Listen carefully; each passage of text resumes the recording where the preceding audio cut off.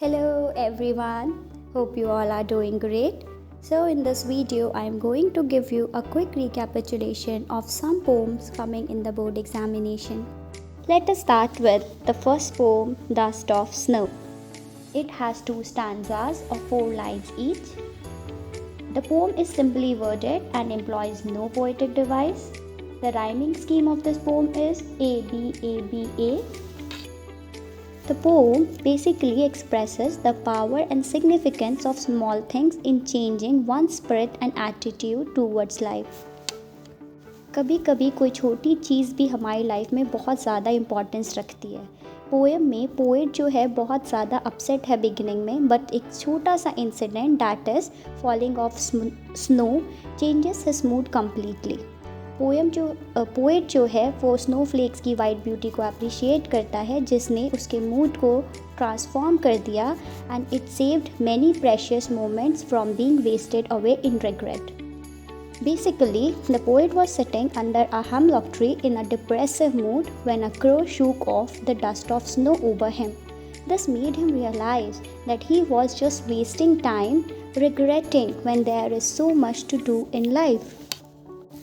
जिस तरह से crow shakes off the powdery snow from the hemlock tree onto the poet, Frost suggests that in the same way एक इंसान अपनी sadness और ग्लूम को अपने हार्ट से शेक ऑफ कर सकता है, और पोएट जो है वो कहता है कि and he can enjoy and try to do things in their life. Second poem is fire and ice.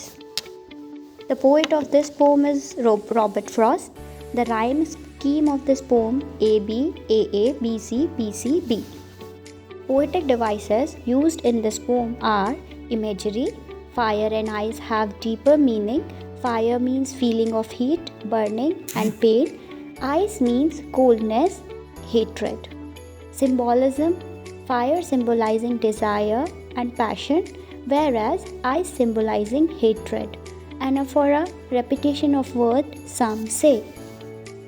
इस पोम में फ्रॉस्ट जो है 2 डाइवर्स व्यूज़ की रिगार्डिंग बात करता है. The poet initially sides with the people जो ये कहते हैं कि जो वर्ल्ड है वो फायर की वजह से डिस्ट्रॉय होगा because of the desire of human emotions. पर उसके बाद there is a second thought in which he says that ice is equally capable of destroying the world. In this poem, human emotions are compared to fire and ice. Fire denote करता है uncontrollable feeling को, like grid, desire etcetera. जितना ज़्यादा हम अपनी grid और desire को satisfy करने की कोशिश करते हैं उतना ज़्यादा ये इमोशंस बढ़ते हैं, जस्ट लाइक फायर. उसके बाद पोएट जो है नेचर को आइस के नेचर को कंपेयर करता है with numbing cold hatred capable of making man insensitive and vicious.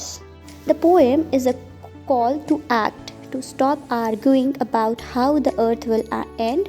In fact, man should be debating about what man can do to stop it.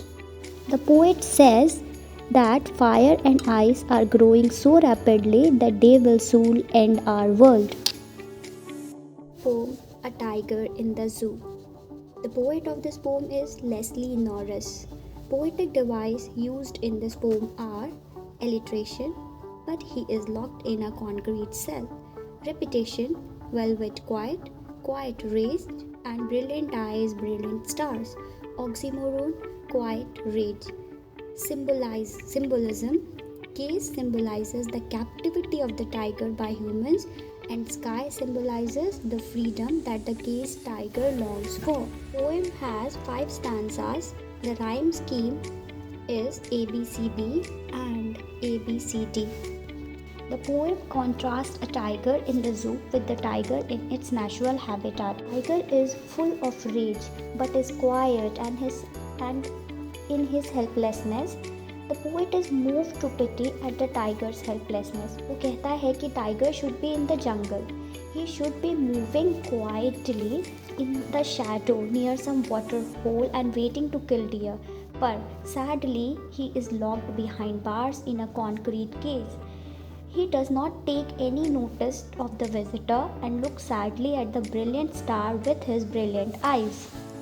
जो है बहुत strongly ये message देता है that animals should remain in their natural habitat and not caged in zoos and cells. उनकी natural freedom उनसे छीनी नहीं जानी चाहिए और captivity is the worst kind of punishment given to animals living in their natural habitat and environment. Poem effectively takes out the idea and necessity of freedom and how valuable it is. Next poem is The Ball Poem, written by John Barrowman. The poetic device used in this poem are alliteration, no one buys a ball back, personification, merely bouncing down the street, symbolism. The term ball is used as a symbol for the boy's past childhood days that are gone now. The loss of the ball is symbolic of the loss of the boy's innocence. Once a boy was playing with his ball. It was bouncing in, up and down. Boy जो है वो happily game को enjoy करता है, पर suddenly जो ball है वो वाटर में गिर जाती है और खो जाती है. बिना बॉल के जो बॉय है he was full of grief. Poet कहता है कि there are other balls also, वो उसको भी खरीद सकता है, but it was not a great loss. There was no need to worry, but the boy had that ball from a long time. तो उसे वही बॉल चाहिए and he was grieved due to his attachment with it. It was linked to his memories. The poet thinks that it is of no use to purchase another ball. He must feel his responsibility of the loss. One has to face the hardship of losing in life. We must learn how to accept the loss one's loved ones on our worldly possession. It is the nature of life that चीज़ें मिलती हैं और खो जाती हैं. We have to take loss in our stride and be brave enough to understand and also accept the inevitability of loss. Poem is Amanda, written by Robin Clay. Poetic device used in this poem are repetition. Amanda's name has been repeated. Metaphor. Amanda compares herself first with a mermaid, then with an orphan in the street, and finally with Rapunzel. This poem depicts the state of a little girl's mind who is constantly instructed about do's and don'ts by her elders. उसे कहा जाता है don't hunch your shoulder, sit up straight, finish your homework, tidy your room, and she is forbidden from eating a chocolate that she has. All the time, the little girl Amanda keeps dreaming of a life of freedom without any restraint. Sometimes वो mermaids के बारे में सोचती है. Sometimes she wants to play barefoot on the dusty street and want to have hair like Rapunzel, who lives alone in a high tower. She takes no note of what is being said to her. She is rebuked by her mother for being moody and sulking all the time.